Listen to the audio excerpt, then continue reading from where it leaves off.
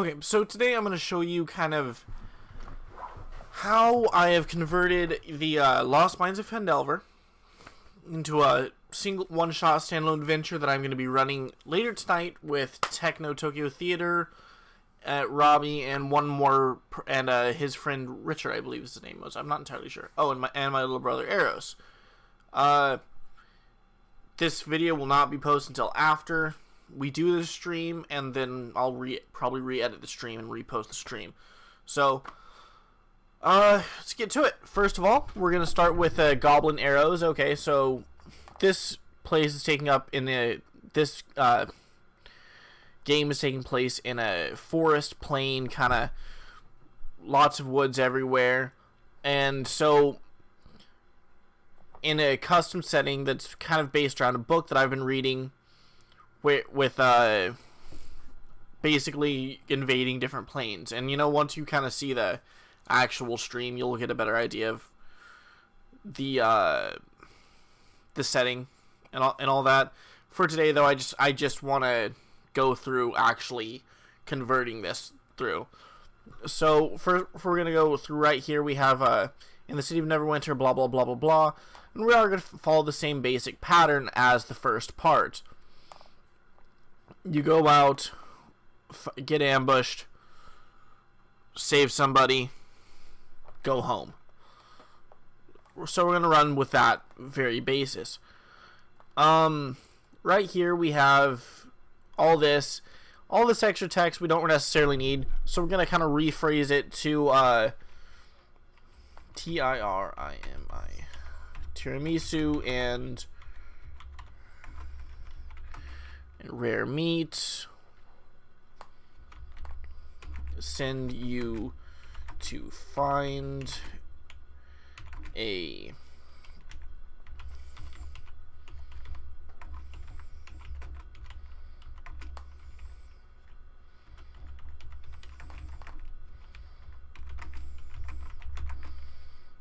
at the, and I can't, what's it called? It's outpost. Outpost.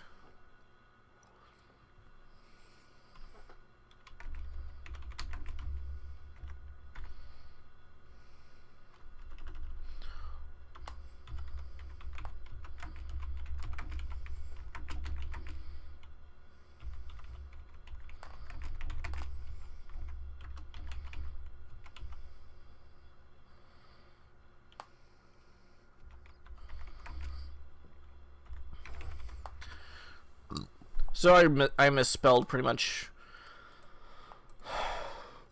every word there. But you see what I mean, like tiramisu and red. So instead of getting hired by Goldrin, Rockseeker, and following him down to meet out his delivery, you're going off to try and fetch a ambassador that was supposed to arrive at your little outpost a while ago. Tiramisu and Red Meat is an awesome character, by the way. This whole game is based off of the book City of Sin, which is a Zanzia novel. I will try and remember to link that in the description. If I don't, it'll be in a pinned comment, because it is a great book. Check it out. But Tiramisu and Red Meat are twin-headed ogre, and they're higher level commanders, and they're gonna send you to go get this ambassador. All right, and I'll provide some exposition, because basically you're trying to take over this plane, or at least promote trade in it. Even if you have to cause a war first to get the trade, you will do so because you want some of the resources, and you have some resources that they don't have. So it's pretty even, as long as they're willing to accept that you'll trade with them. That's the general gist of it. But so you're gonna meet with an ambassador, and hopefully get one of the tribes of elves in this forest plain on your side to try to meet out with some trade. Next, we're gonna go with this next line right here. I can't seem to highlight this whole thing.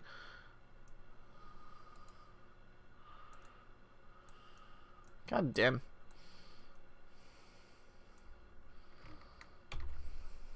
I'm just going to copy that, paste it. Okay, so first of all, Tribord Trail. You've been on the Tribord Trail for about half a day. This, since we're not actually exactly the same place, you've been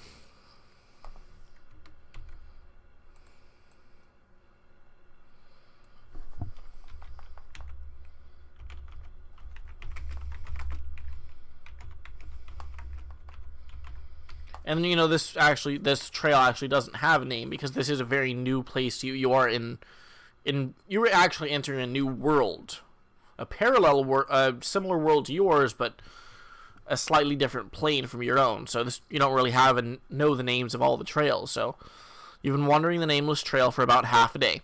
As you come across the bend, you spot 2 dead horses, and I'm actually going to change this to elk. I'm actually going to say riding elk. Riding elk, because you're not actually seeing these are elves. They're very nature oriented. We're going to call them riding elk. You spot 2 dead riding elk sprawled about 50 feet in front of you, blocking the path. Each has several black feathered arrows sticking out of it. And actually, because of the monsters I'm going to be using later, I'm going to change black feathered arrows to sharp wooden stakes. Sticking out of it.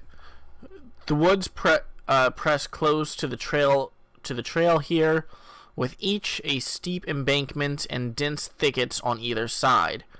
So there we go. Don't have to do much about it. Saddlebags have been looted. Nearby lies an empty leather map case. Again, on this one, absolutely nothing you need to change, because we are only changing a couple things. We are, however, instead of goblins, we're going to be having something with a similar CR to it. So goblins are... Damn it. Let's give me a second. Let me find that page. 33. Oh, no, that's not goblins. That's bugbears. Where is goblins? I can find this faster on my physical book.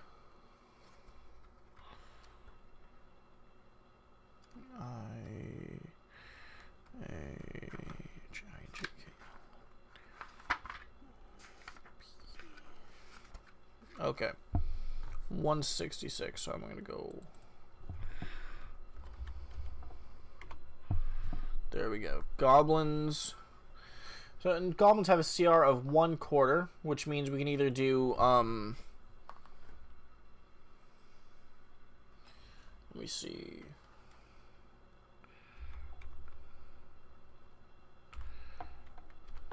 We can either do twig blights, or we can do some veg pigs, because I do want to make these very much nature-based enemies. So, and I'm looking at, let's look at these. Plant camouflage, stealth, regenerates 3 hit points at the start of its turn. If it takes cold, fire, and necrotic damage, this trait doesn't function at the start of the Vempeg's next turn. Vempeg dies only if it starts its turn with 0 hit points and doesn't regenerate. That's a pretty awesome little fight. So if I do this, even with the bonuses, especially with the difference between that and a goblin, I'm thinking I might actually choose to... oh, but this also doesn't have any ranged attacks. It doesn't look like... Oh, no, it does have it has a sling. Okay, so... You know, yeah, with this, I might actually just lower it to 3, maybe 2, depending on how I feel it. 2. These guys are pretty new. I'll lower it to 2 instead of 4, if I choose to use those. That said, we also have twig blights, which are weaker and have no ranged attacks, or needle blights, which much more likely I'll choose. I actually kind of like needle blights because I did use sharp wooden stakes sticking out of them. So, let me see. Blind sight, 60 feet. Perception, 9. These guys are pretty basic. 2d4 plus 1. A little harder to hit. Harder hitting. Actually, a lot harder hitting. Definitely have to go down to 2 with those. You know what? I think I'm going to choose the veg bees. And I'm going to put it to 3 of these, actually.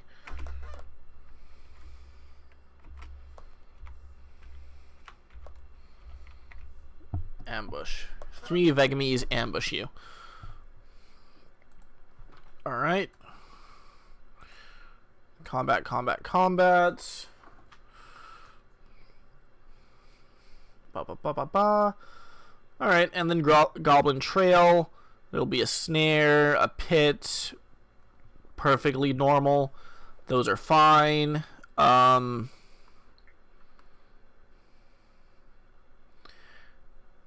And, you know, if these characters die and kill my characters, then my character is just dead. It's one shot. It's not like it's supposed to freaking last forever.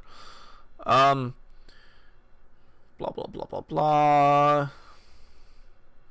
Cragmaw Hideout. Okay. On this one, we're actually going to have to, like, basically... I'm going to pretty much take all of these things around here. Wolves are fine. Though I might, like, describe them slightly different than regular wolves. I'll describe them as, say, they look like normal wolves, but there's strange moss just eating through their fur. That almost seems to be more moss than fur covering the wolf.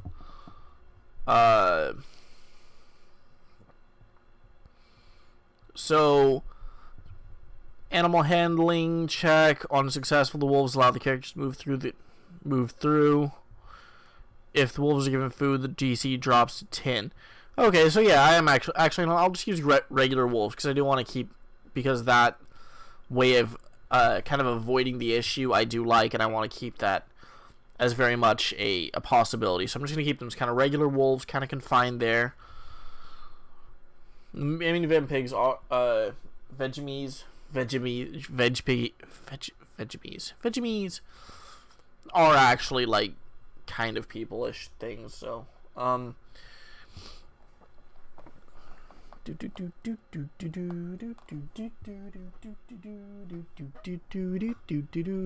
or at least I have, like, kind of the social aspect of people. Going through... Anything else? So yeah, I'm probably gonna keep using Vegemies. Unless I get a chance to use Twig Blights, I might just randomly throw a Twig Blight in here.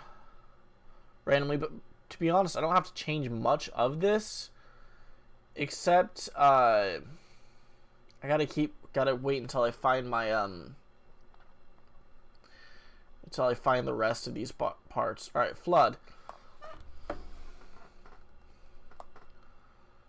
So... 1 goblin. Bridge. This bridge spent.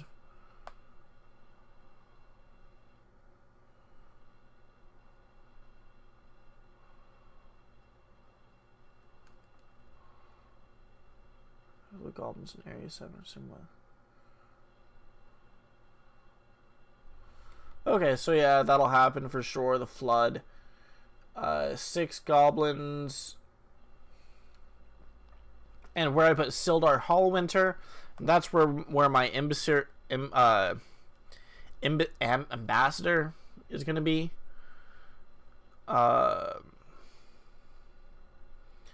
Next, Sildar. Role-playing Sildar doesn't really matter because we're going to change him out entirely for a very prideful elf who's reluctant to deal with you outlanders. 3 gold teeth. Yimmick.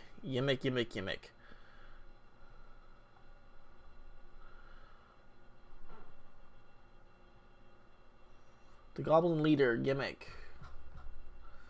second in command of the whole hideout. If he sees the characters are getting the upper hand, he grabs Sildar and drags him to the edge of the upper lever. Truce or this this elf dies. Wants to oust Clag and okay, so even though he's a different one, he's actually kind of the same as the other Ving pigs. I can't find Clag. Where's Clag? Alright, Clag's cave. Bugbear. A bugbear is a CR1, so we're gonna see if we can find. So actually, if we just use a Vimpig Chief, would actually be probably best. Because oh no, Vimpig Chief is CR2, so we'll use a Thorny. Thornies are kind of four-legged creatures-ish, but and slightly larger. But you know what? We can still use those, and I'll even give it the ability to speak or whatnot. Let's see. Let's actually see. Maybe there's a more suitable kind of plant-based thing we can use instead of, you know, a bugbear. Instead of a bugbear, pet wolf ripper, wolf. We can just use wolves, goblins, vimpigs. Though I might switch them to twig blights if I think that the vimpigs are getting a little too powerful. Especially because I'm not entirely sure if anybody knows any fire spells right now.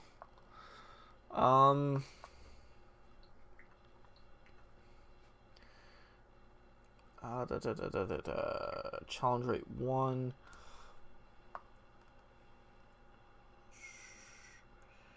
So actually, a bugbear does have a lot of HP and a lot of damage. So maybe, yeah, the Thorny would be pretty good. It's actually a little bit weaker, I'd say, if it weren't for the regeneration. I'll lower the regeneration to 3 rather than 5. At the start of its turn, the Thorny deals 2 piercing damage to any creature grappling it. So yeah, I'll use a Thorny's stats, and then kind of maybe it'll hiss out in kind of the words of the whatever monsters are infecting the woods right now, and that'll be generally what pretty much the entire thing. Other than changing out a couple creatures, it's pretty much the same damn game. Yeah, it works really well as it'll work really well as a standalone adventure. Once again, I hope you all check out the video of the actual stream that'll be coming out, as well as come see the stream. Mess with my players. I hope you did, but I mean, you won't see that until after this, so I'm not entirely sure. But check out the video of it once it actually comes out.